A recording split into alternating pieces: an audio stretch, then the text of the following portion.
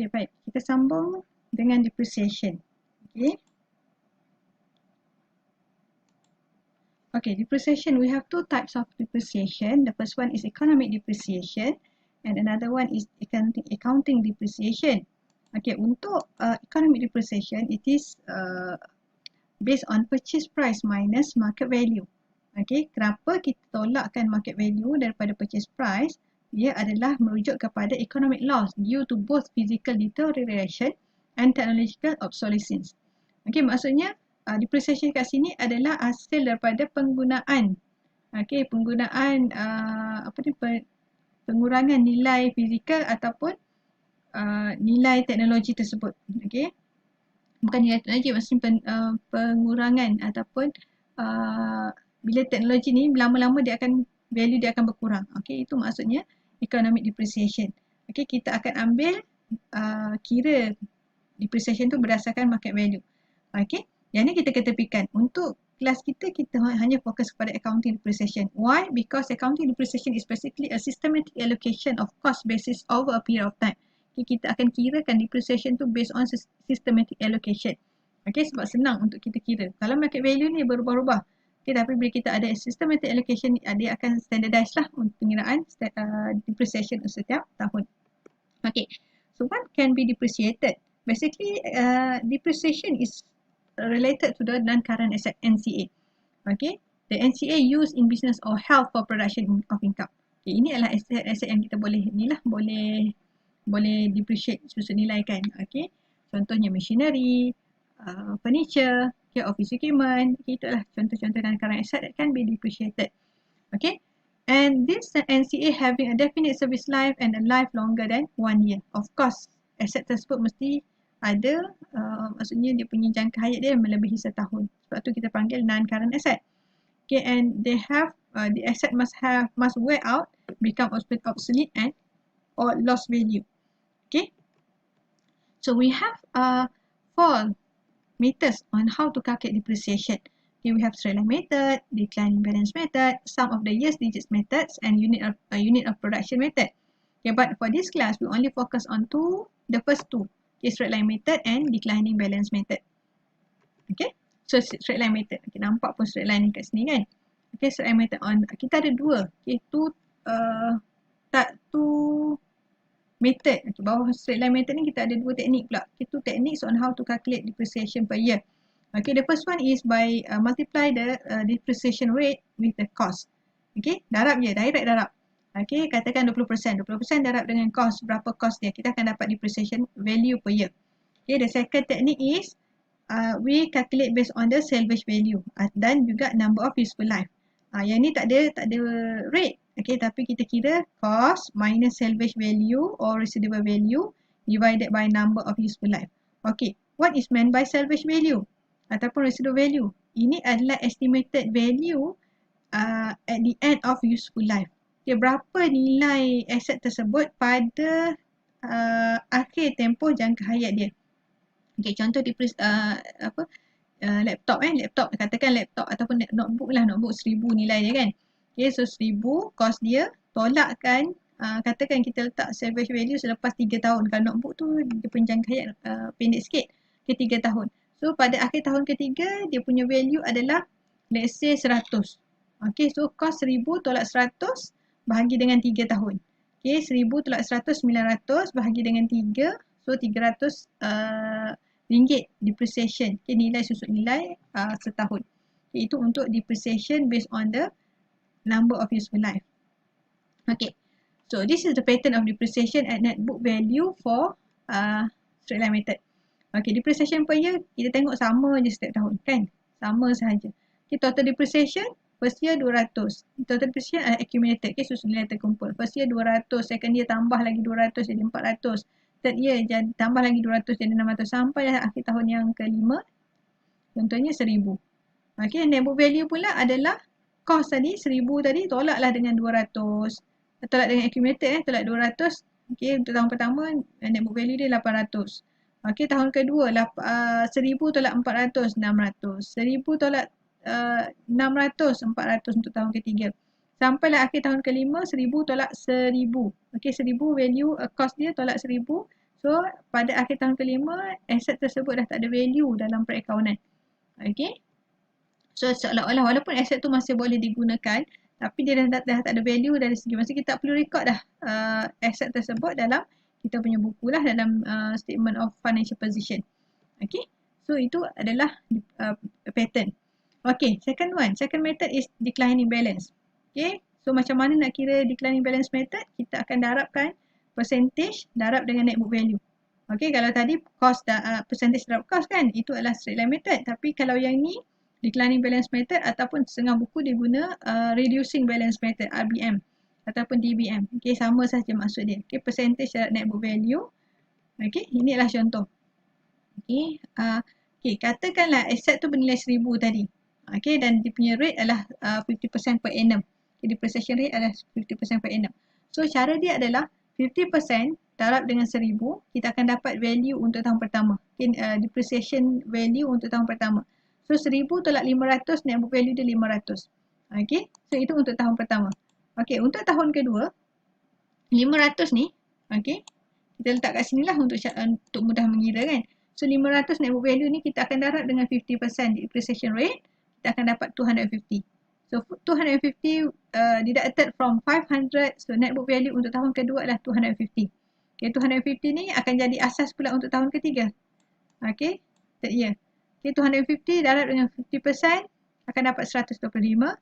Okay, 250 darab 150, 125, so kita akan dapat 125.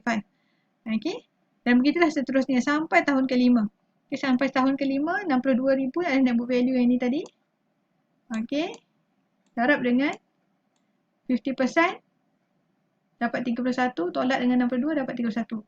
Okay, untuk net book value ni kita macam agak sukar untuk dapatkan zero value at the end of the year. Okay, at the end of the year.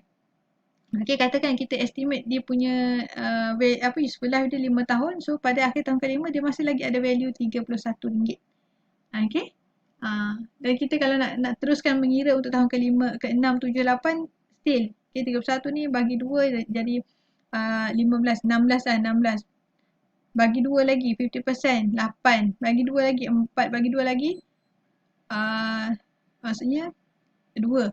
So 2 tolak 2, bagi 2 lagi 1. 1 tu 0.5. 0.5 bagi 2, 0.25 contohnya. So dia akan payahlah untuk dapat exactly 0. Dia ambil masa yang lama. Okay, tapi tak apa. Ini adalah reducing balance method, cara pengiraannya. Jadi kalau kita tengok draft dia adalah, okay, if we look at the draft based on reducing balance depreciation method, so kita akan tengok dia punya graph ni. Ni adalah graph depreciation value dia untuk setiap tahun. Tahun pertama dia punya depreciation adalah 500. Okay, tahun kedua depreciation dia adalah 200.5. Tahun ketiga 125. Jadi dia punya depreciation value dia akan menurun. Okay, kalau katakan kalau kata tadi untuk declining balance method dia akan straight je kan? Straight je. Ya, ni kalau guna ruler lurus kan dia akan straight. Tapi untuk depreciation value based on the reducing balance method, depreciation value dia akan menurun dan mengecil setiap tahun. Dia berbanding dengan declining balance method. Okay. So ini adalah cara pengiraan. So how to record the adjusting entries? Okay, depreciation is treated as expense to the business. So kita akan debitkan depreciation. Okay, kita akan masuklah depreciation of machinery, depreciation. Okay, kita akan namakan dekat sini. Machinery ke apa lagi? Furniture, office equipment. Okay, sebab untuk setiap jenis non-current asset, dia punya rate adalah berbeza. Okay, yang pertama, sama ada rate dia berbeza ataupun dia punya method berbeza. Okay, mungkin untuk machinery kita guna straight line method. Tapi untuk katakan untuk furniture kita guna reducing balance method. Dan rate dia pula berbeza-beza. Okay, so kita kena namakanlah depreciation machinery, depreciation furniture. Okay, sama juga dengan credit provision for depreciation. Okay, PFD ni. Kita akan PFD machinery, PFD furniture contoh. Okay, depreciation is treated as expense. That's why kita debitkan. Sebab expense is debit in nature. Untuk provision for depreciation dia adalah contra asset account. Okay, sama dengan AFDD tadi.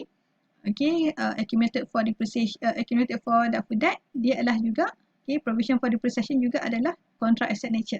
contract asset account. So, bila contract asset dia adalah contra the nature. Okay, contract asset nature adalah credit. Okay, so kita creditkan provision for depreciation dengan value yang kita susut nilaikan tadi. Okay, ini adalah untuk depreciation. Dan, okay, habis untuk depreciation, kita pergi kepada summary. Okay, summary ni kita akan summarizekan lah apa yang kita dah buat untuk keempat-empat. Okay, kita dah cover sebenarnya drawing sebelum ni. Okay, the first one, prepayment and accruals. Okay, untuk accrued expenses ataupun accrued revenue, dalam item dalam statement of comprehensive income, kita akan tambahkan nilai accrued tadi tu, nilai accruan untuk expenses dengan revenue, kita akan tambah kepada existing expenses or existing revenues in the trial balance. Okay, untuk statement of financial position pula, okay, accrued expenses, accrued revenues yang tak ada dalam trial balance. So, kita kena tambahkan item ni dalam kita punya trial balance, accrued expenses we treat as current liabilities. Okay, kenapa? Kita dah explain sebelum ni current liabilities and current asset ni kan. Okay, accrued revenues adalah current asset. Okay. Dan untuk prepaid expenses dan juga prepaid revenues. Okay. Dalam statement of comprehensive income, expenses tu kita akan tolak dengan prepaid expenses.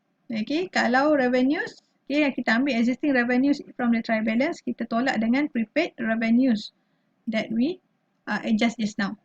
Okay, itu dalam statement of comprehensive income. Dalam statement of financial position, kita akan tambah prepaid expenses dan juga prepaid revenues dalam kita punya trial balance. So, prepaid expenses is treated as current asset, prepaid revenues is treated as current liabilities. Okay, next. Untuk drawings pula. Okay, withdraw cash. Kalau kita withdraw cash, there will be no effect on statement of comprehensive income. Kenapa? Sebab cash ini adalah statement of financial position item. Okay, so P item. So, dia akan mengurangkan cash ataupun bank dan juga kita akan tambah nilai drawings tadi tu dalam drawings. Okay, dua-dua ni adalah item dalam statement of financial position. Next adalah withdraw goods. Okay, goods ni akan mengurangkan purchases, nilai purchases dalam SOCI dan juga dia akan menambahkan ambilan or drawings in our statement of financial position. Okay. Next, bad debts written off. Okay, untuk bad debts, dalam statement of comprehensive income, bad debt is treated as expenses. So, kita akan tambahkan bad debts. Okay, kalau dah ada existing bad debt dalam trial balance, kita tambah sahaja. Okay, kalau tak ada lagi, okay, belum ada lagi bad debt dalam trial balance, so kita tambah item bad debts dan juga dia punya figure lah. Okay, dalam statement of financial position, okay, bad debts ini adalah contra nature account juga. Dia akan mengurangkan nilai debtors. So, kita akan tolakkan bad debt ni daripada account receivables ataupun debtors. Okay, sama account receivables dengan debtors ni adalah yang benda yang sama, cumanya term sahaja berbeza. Okay. Next. Okay, allowance for doubtful debts ataupun provision for doubtful debt. Okay, boleh guna dua-dua lah, nak guna AFDD ke PFDD ke, it's up to you. Okay, so calculate dari AFDD. Macam mana calculate AFDD tadi, kita dah belajar percentage darab debtors minus bad debt. Okay, debtors minus bad debt ini adalah bad debt yang baru, bukan bad debt yang existing bad debt dalam trial balance, tak. Okay, bad debt yang baru tu maksudnya kalau ada bad debt yang kita baru je buat adjustment. Okay, mungkin dalam adjustment yang diberi dalam soalan lah. Okay, bukannya figure, bad debt figure dalam trial balance. Okay, so dan kita compare dengan AFDD in trial balance. Sama ada dia increase ataupun decrease in AFDD. Okay, kalau increase, if increase it is treated as expense. Okay, dalam statement of comprehensive income. Kalau decrease, it is treated as revenues. Okay, dan nilai ini adalah difference between existing AFDD in trial balance and the new AFDD that we have calculated. Okay, then statement of financial position. Okay, AFDD with the new amount will be calculated. Okay, will be deducted from the debtors. Okay, depreciation kita ada straight line method dengan juga net book value. Okay, dan depreciation treated as expenses. Okay, dan expenses dalam SOCI dan statement of financial position kita tambah daripada accumulated depreciation existed dalam trial balance.